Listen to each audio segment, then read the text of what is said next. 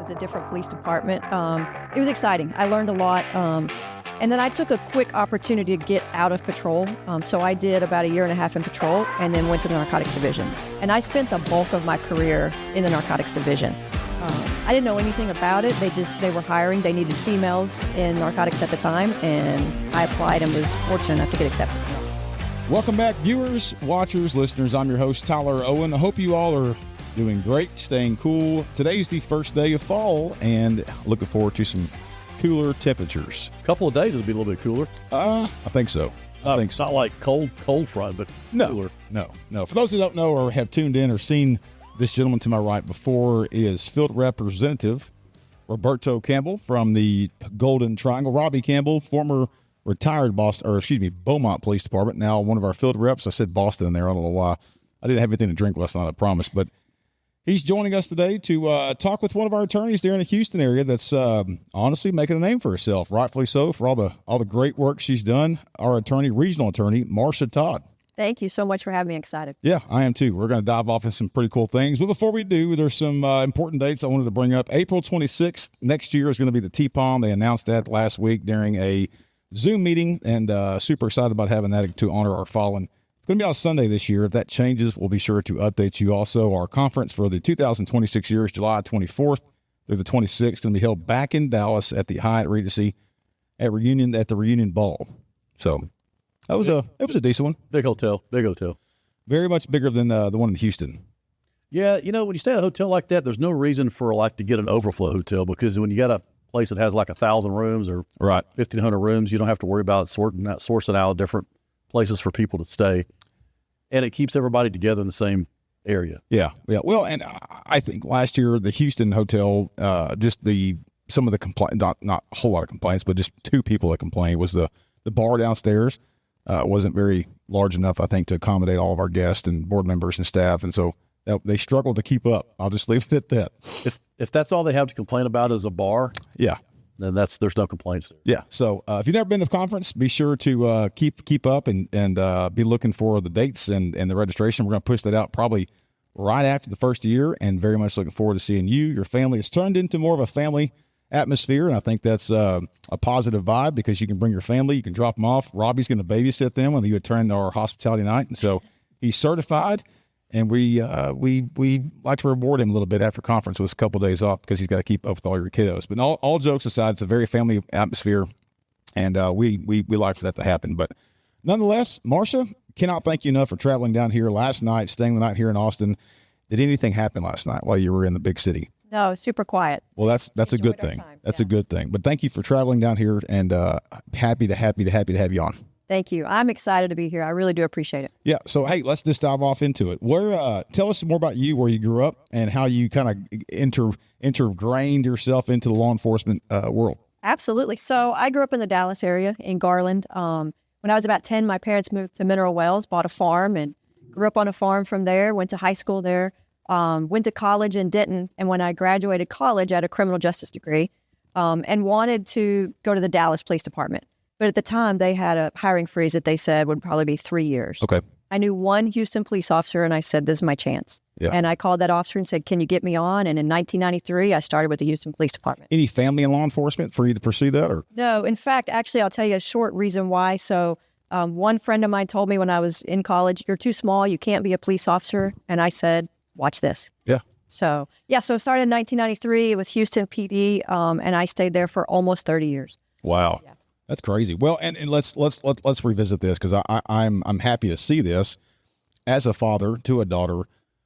When you started in law enforcement, the ratio from women in law enforcement was significantly less, and so I think it's important to hit on that real quick about the importance of having women in law enforcement, not just because of the female search aspect for those out there that are listening that are cops, but because it's needed, and I think it's needed for us to be shoulder to shoulder with more women in the workforce of police work, because you guys are such an asset. Absolutely. I couldn't agree more. And, policing when I came on in the early 90s was different. Yeah. Your command staff was more supportive. The DA's office was more supportive. It's not the same as much anymore. So it's more of a challenge. So, yeah, absolutely. I think getting more women in law enforcement makes a huge difference. Yeah. So, go ahead. One thing you did mention, you talked about that you started in 1993. That was a time when it was hard to get a police job. it was really hard to get a police job. Right. Like you had to know somebody to get in. And that's when you had a lot of people going to the police academies on their own and sign up to be a reserve and work for free just to get their foot in the door. So it's really hard to get in. Now a pulse, a heartbeat, and a good credit score sometimes will get you a cop job. Yeah, for sure. But no, back then in the 90s, and I guess the shift started happening probably 2005, 6 in that area. I would imagine when it get easier and easier to get a cop job, but in 93 it was difficult. Yeah, and it's actually interesting that you chose Houston over Dallas, because I think if I recall correctly, at that point in time, Houston paid significantly less than Dallas. Is that not accurate? I believe so. My thing was Dallas was going to have a 3-year hiring freeze. Yeah. And I didn't want to wait 3 years. Right. And I knew one officer and took that chance and called, and within, I think, 3 or 4 months was in their academy. Yeah. And it's such an iconic place to work. I mean, I haven't worked at a big city like that, but I'm sure it's very, very, very rewarding on graduation day for you to wear that Houston, police officer uniform and that badge to be pinned, and such. There's so much history involved there, and it's so big, and it's so cool, I think, to be a part of that. So congratulations to you for doing it. Thank you. Yeah, absolutely. Back then, we were in those old blues. Yeah, right? the old baby blue, yeah, so. including the old patrol cars too. Yeah, yeah. If I'm not mistaken.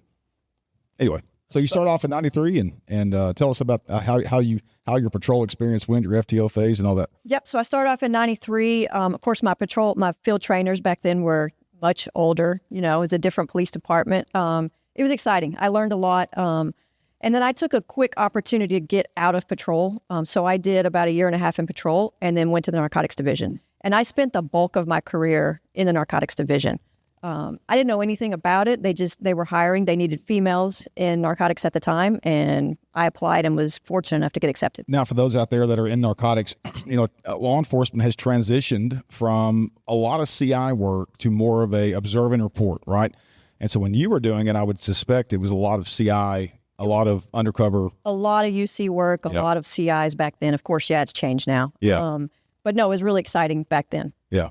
Y'all probably messed it up for all of us. Your generation of cops. Yeah, there were no body cameras back then. No. Yeah. And I'll tell you what, for one thing that's important to me is it was a different level of respect back then. Yeah. The crooks had a different level of respect for the police, and the police had a different level of Well, and I mean, you going into narcotics at that such an early age, that says a lot about you. But you were also a little bit older when you went in. You were well educated. You had a bachelor's degree, and we're going to dive off that here in a little bit. Yeah. But I think that's what probably assisted in the promotion or the transfer over to narcotics. Right.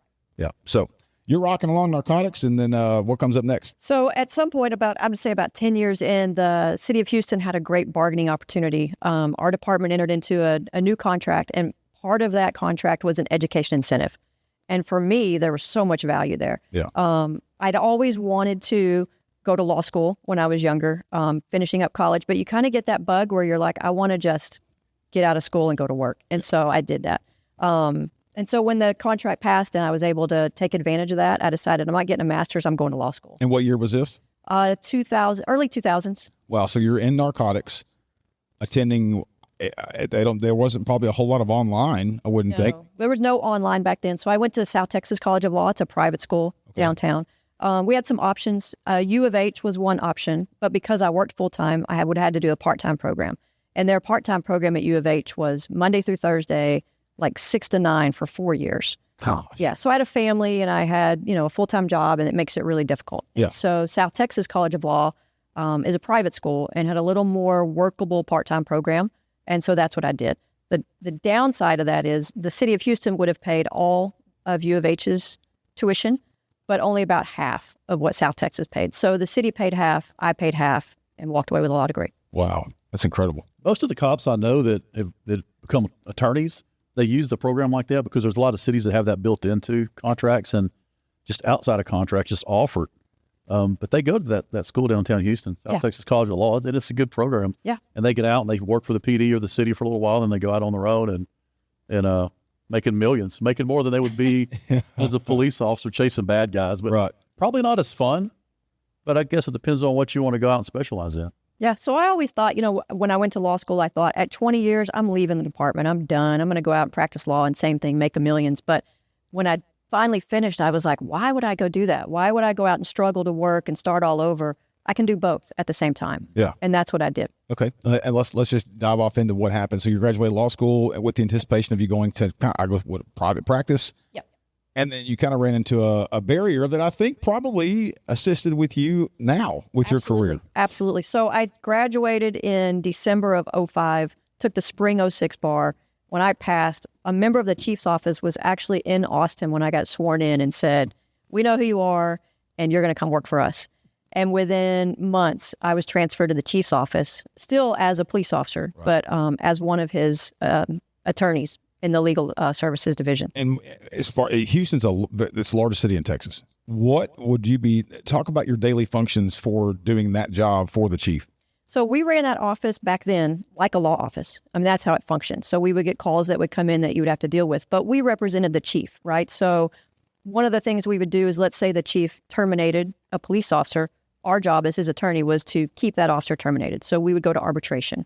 I would do IED review. So IED would send their cases over, and then we would go through them, comb through them for legal sufficiency, or do you need to go back and ask more questions, or you shouldn't have asked this question, or things of that nature. Yeah. I think that's imperative of the success we're seeing now with what you're doing with us. But and you worked there for how long?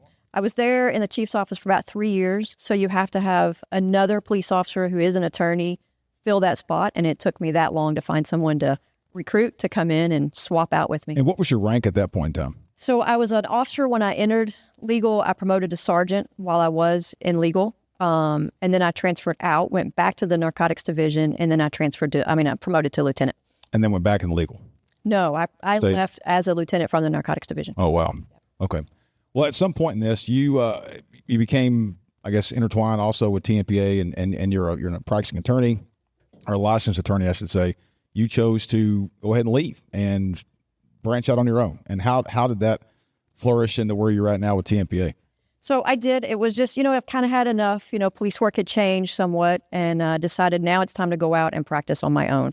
And I have this unique skill set, right? I mean, all the attorneys with Tmpa are incredible powerhouse attorneys. You guys have a great group of attorneys, but they all offer something different.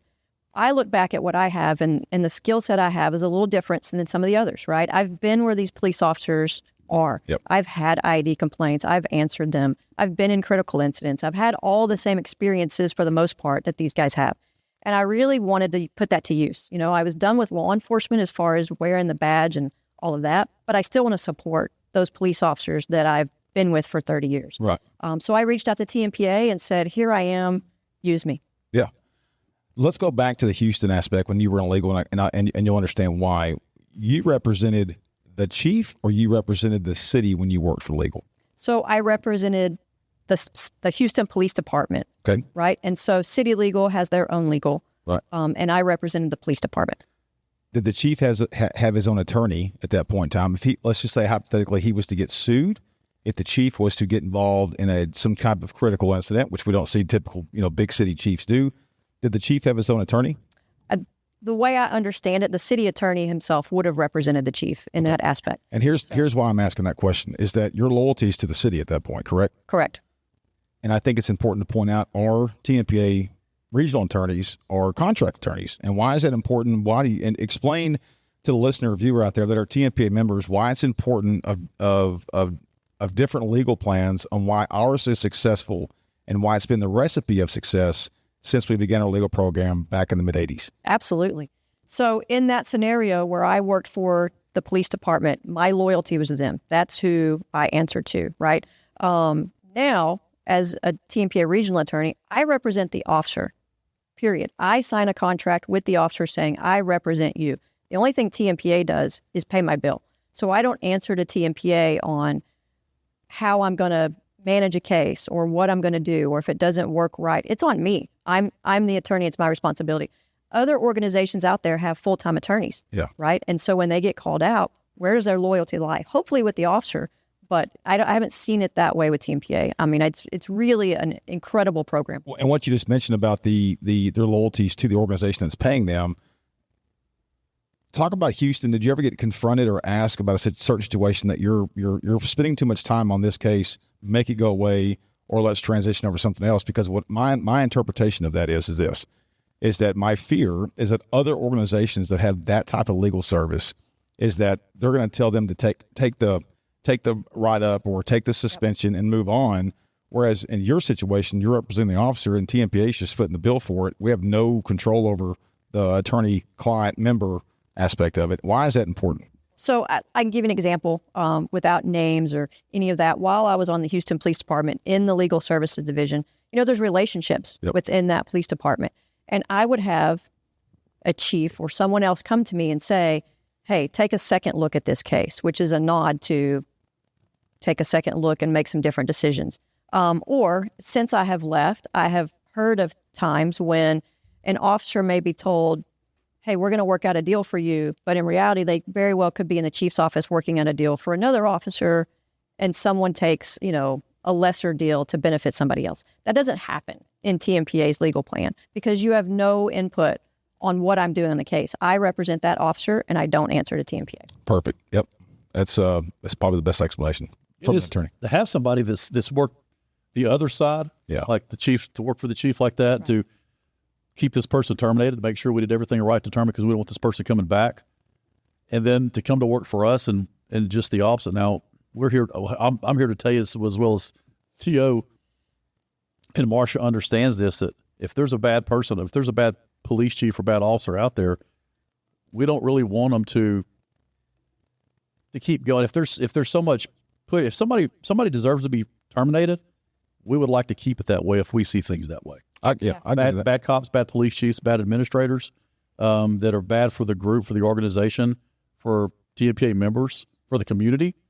But to have somebody like her with her qualifications work on this side with us with our legal plan, I think it's a really good fit. And I've sit back and I've seen some of her work firsthand, and I'm really impressed with what she's able to do. Yeah, I am too, and I think it resonates with the members, the badge toting, badge wearing, gun toting, boots on the ground members out there that are still cops. They resonate with people who have served just like they're doing, right. So you've got attorneys out there that do the same thing, and you bring a different skill set, having 30 years experience as a boots on the ground cop, specifically working in narcotics. And those out there that are cops right now, y'all know the narcotic mentality that I'm talking about. Typically they're rough and they're to the point and they're blunt, and that's just the narcotic type people that you want to deal with. And so to have somebody now representing our cops, our members on a legal standpoint that understands, the facts out, like if you lay out all the facts in a case, you could find a policy violation in every single call for service, almost every single call that any cop goes to in Texas, right? Absolutely. There's just sometimes policies need to be violated to get the job done. Right. The cool thing is having a cop behind the scenes looking at a case like that is that they can give the explanation to the opposite side of, well, yes, this was the violation of the policy, but this is the reason why from a cop's perspective. And I think that's what the difference is on the special recipe that I think TMPA has with the different regional attorneys we have. Absolutely. Yeah. So, Marsha, you've been with TMPA how long? About a year and a half, I think, something like that. In your experience, and me and Robbie talk about this all the time, what advice would you tell the member or cops out there, regardless if they're TMPA members or not?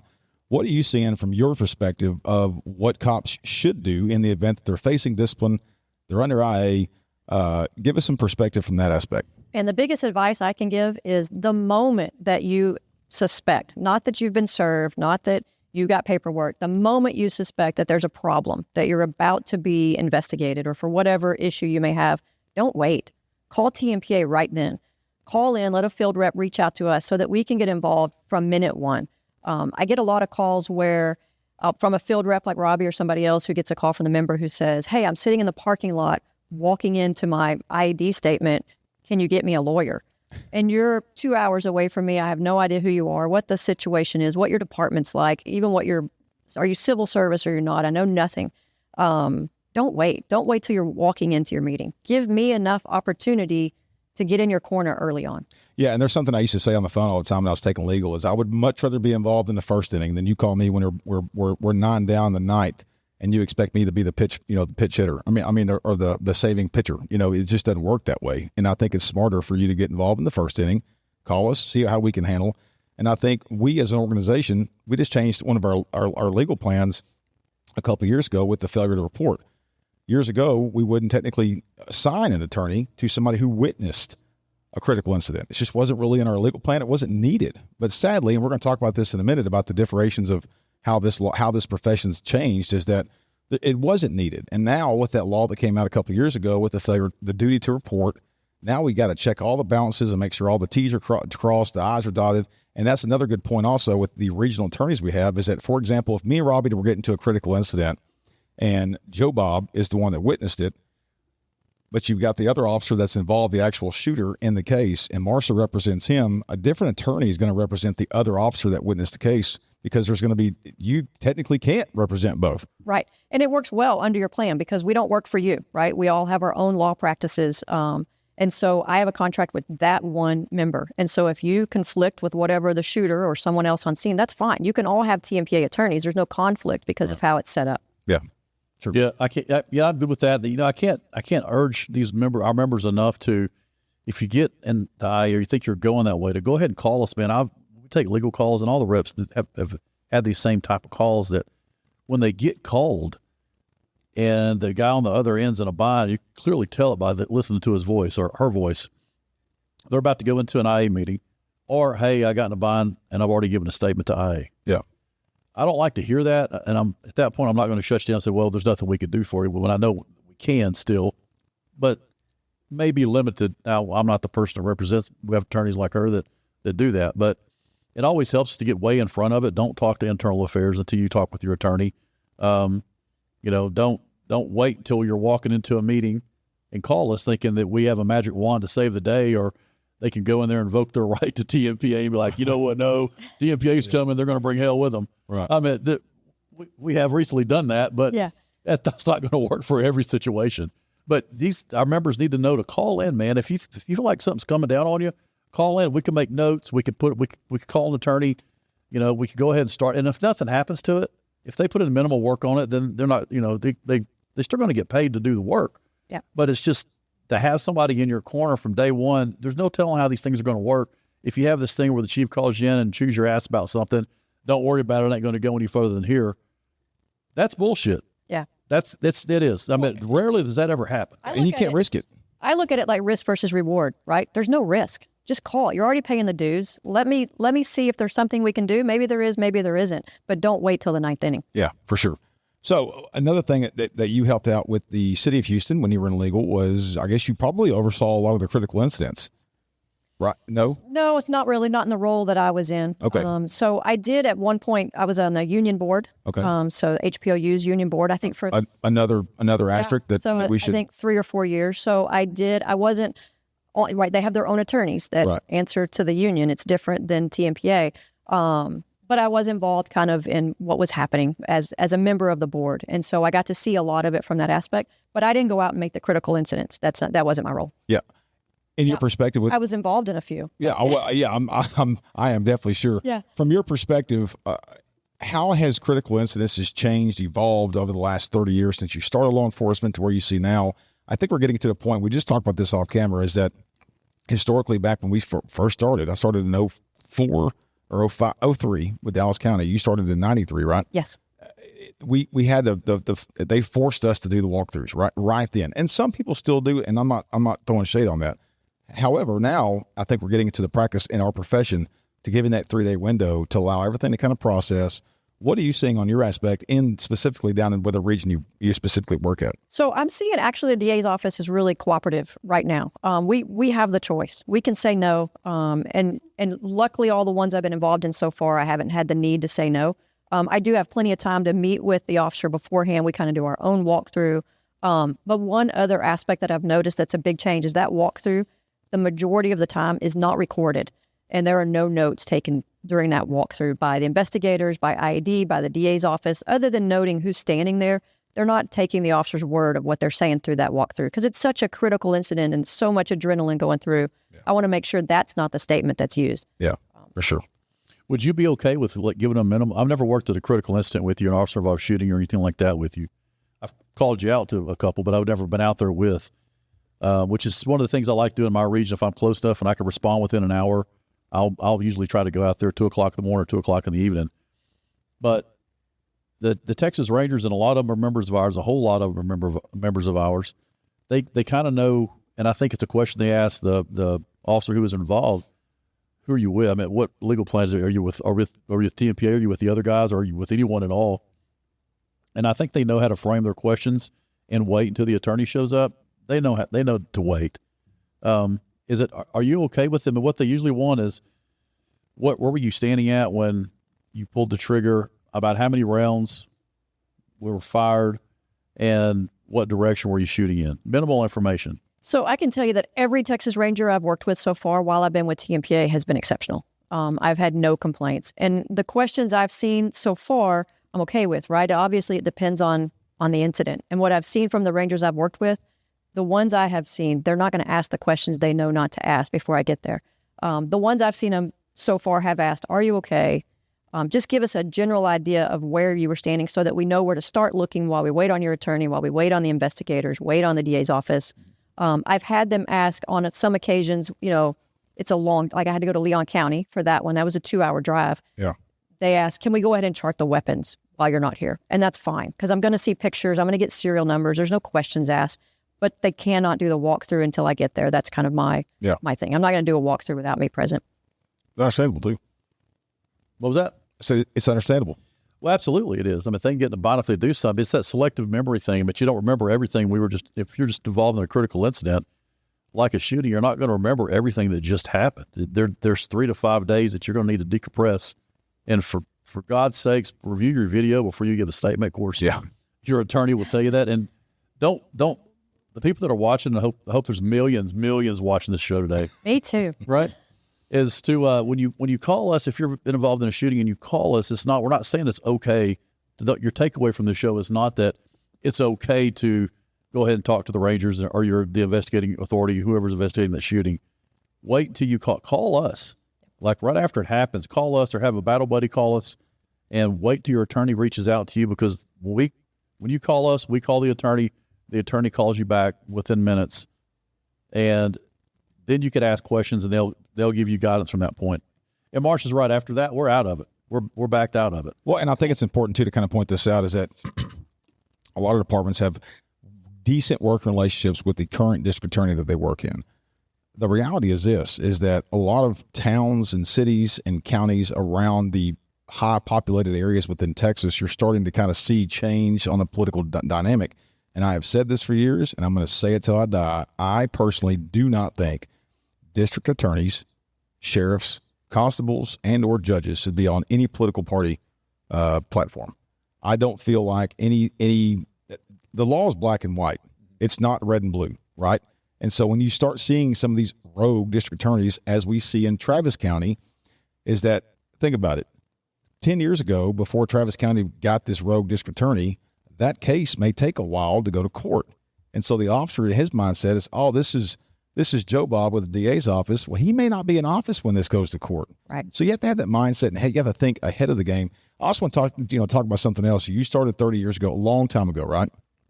I didn't mean to say it like that. 93. I'm old, but yeah, no. But the aspect and the mentality of officers having legal representation for minor situations, that mindset back then was, if you have an attorney here, you probably got some weird looks that, my God, you're guilty. But the reality also now is that we as a profession, and including administrations, we were talking about this off camera, are encouraging, the members or officers to give us a call, give Tmpa a call to kind of review your statement. Are you seeing that same trend down in your region? absolutely. I'm seeing the same thing. Are you seeing it in yours? Yeah, I mean, we get guys that call in ahead of time, really like what we want to get the attorney involved first or quickly, is if they get in a bind at the scene, and this just freshly something just happened. We're not talking about critical incidents. We're talking about a policy violation, right? A policy violation that's probably going to piss the sheriff or chief off.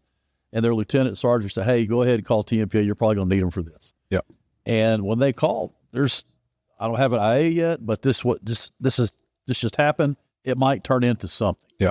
That's what we want, so we can be prepared for it. Yeah. I would think that trend of the officer not calling or thinking someone's going to think I'm guilty if I did call, what I have seen is the older officers that were on, 20, 30 years ago and still have that mindset. The younger officers seem to call right away. Yeah, immediately.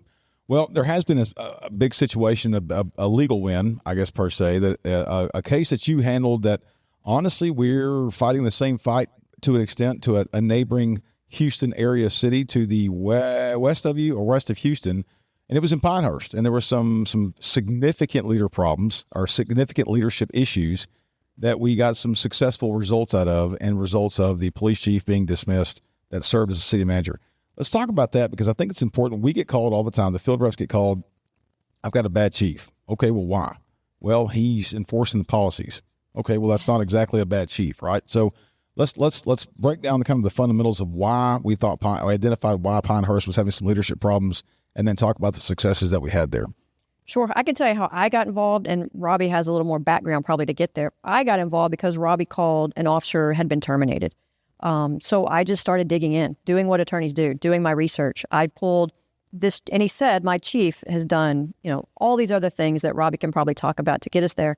But as I started doing my research into who this chief was, what type of department is he running, what are his management skills, his leadership tactics, just a failure. I just ticked off every one was fail, fail, fail, fail, fail.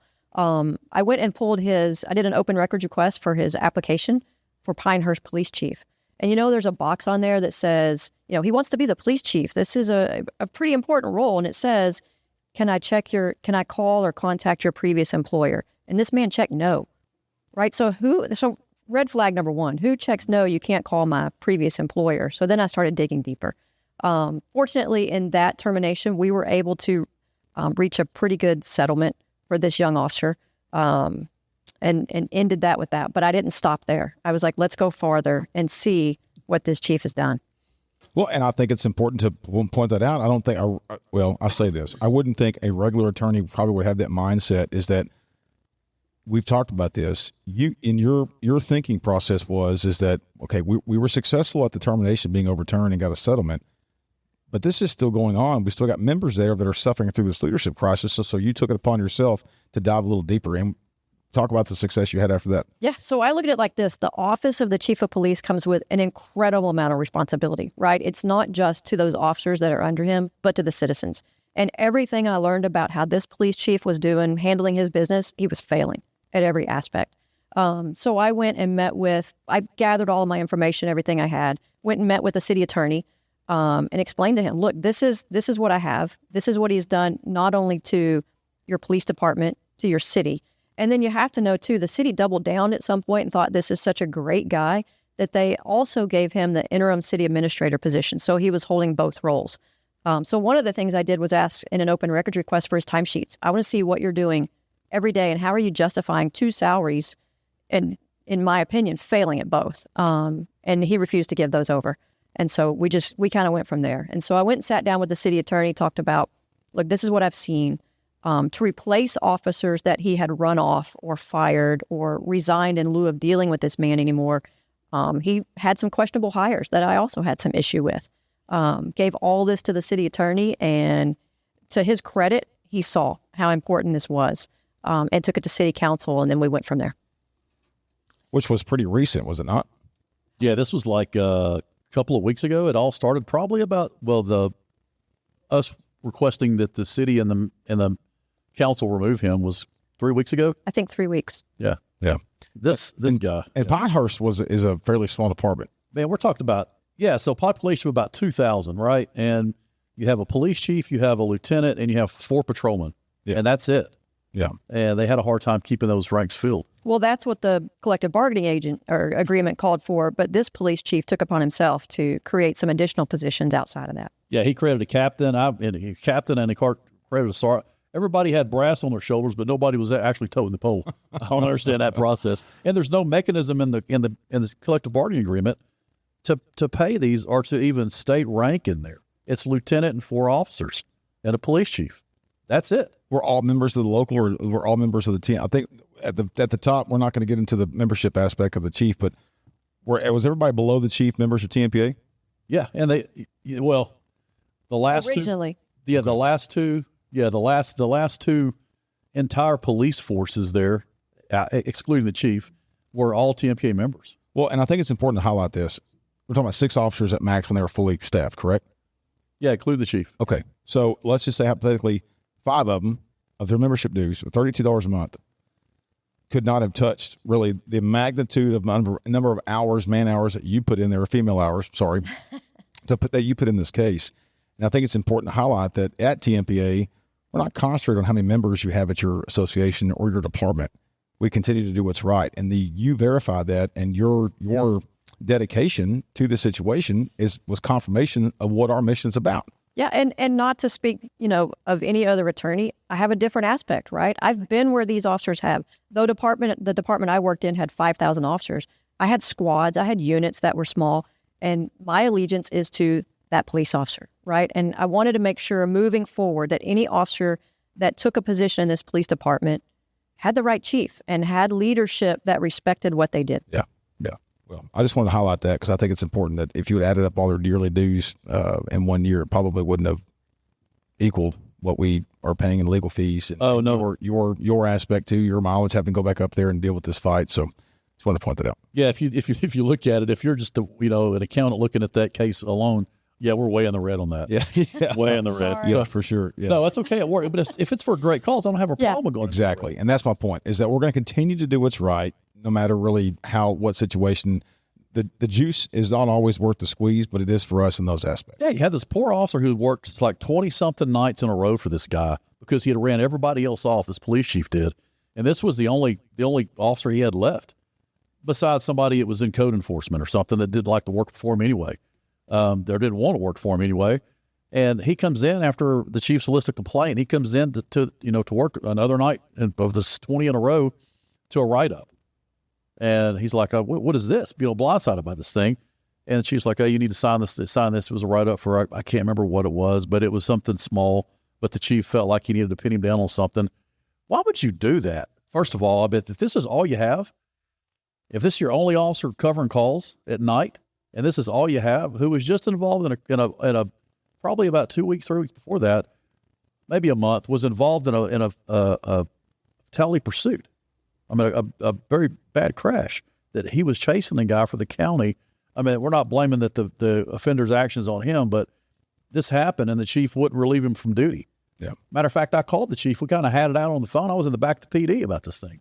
You need to get somebody up here to replace him. Well, his response was, does he really need to go home? Because if he wants to go home, he'll call me. Well, looks like he went home instead.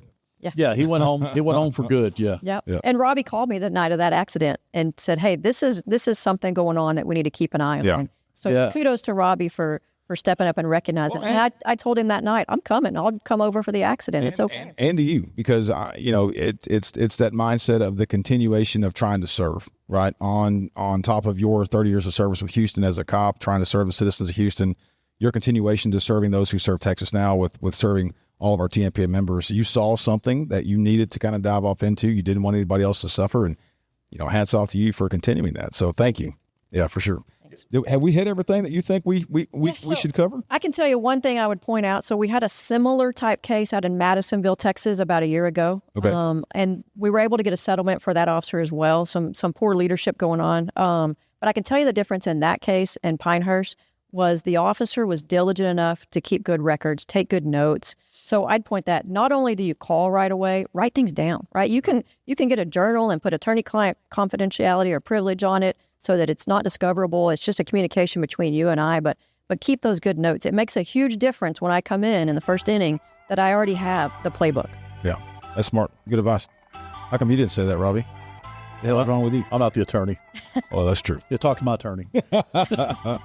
Well, again, I can't thank you enough for coming on. We have some rapid-fire questions if you're ready, if you did the study for them. I'm not sure if you've ever watched any of our Blue Grip podcasts, but you damn sure will after this if you're ready for them. All right. I know. Robbie, no. These are you know the answers already. They're already pre-wired into you. But I think she's going to agree with one of them. Okay. Yeah. Okay. Oh, that's pressure. All right. What is your favorite cop movie or line from a cop movie? Wow.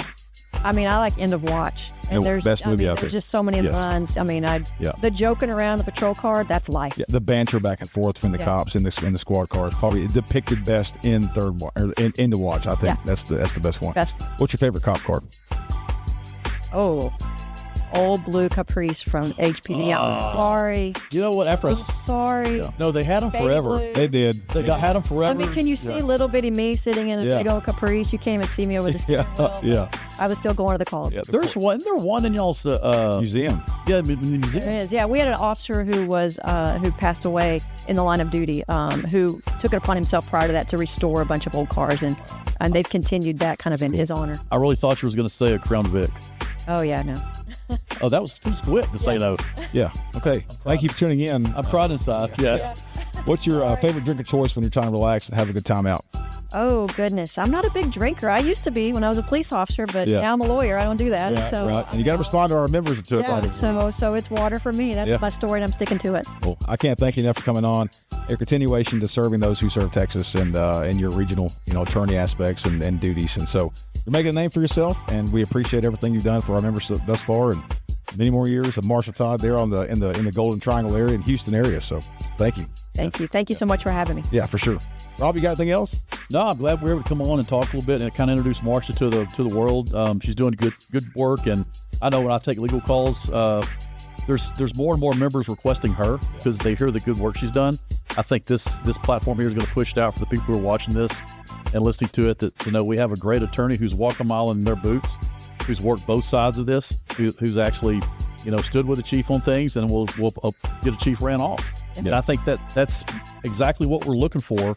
And I have no problems calling her at 2 o'clock in the morning or 2 o'clock in the evening, afternoon to go take care of an issue. Well, and I think it's important to highlight this too, is that I and along with Robbie and all the staff here, to include our executive staff, is that we don't want to get the reputation of running off leadership within law enforcement. I will say this, is that we try to do a good job at highlighting good law enforcement leadership when it's there, right?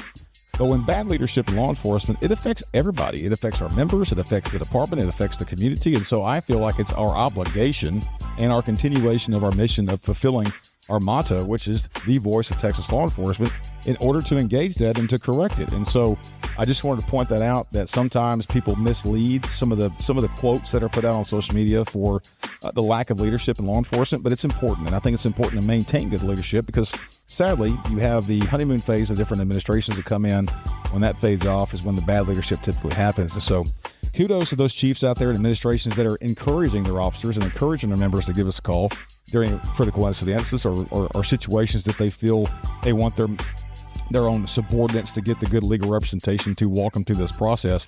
That's good leadership. Bad leadership is just like what you mentioned earlier, of giving a guy a write-up that served you 20 days on nights and continue that abusive type power. So just want to end with that, and I can't thank you enough. It's good seeing you too, man. I haven't seen us since conference. So I know. I like it's always a good time with old RC in the house. So yeah. It's a good thing I didn't get in 10 o'clock last night, because I probably would wake up at 10 o'clock today. Well, if you would have made your way to Wimberley, we could have went by Hayes City Store like last time. That's a great place. It took me a while to get here. I had to stop off in Huntsville, and it brought me back through Madisonville to get over here. So by the time I showed up here, I was driven 6 hours. I was already in bed too, by the way. I had a long day yesterday. Yeah, we know how old folks get, but go ahead. All right, you guys take care, stay safe. Stay tuned for the like I told you earlier in the podcast, April 26th for Tmpa, Texas Peace Officer Memorial. July 24th, 26th of 2026 is a Tmpa conference there in Dallas. And we're going to push all this information out on our socials and our website. Stay tuned for that. You guys take care, stay safe. God bless you, and as always, may God bless Texas. We're out.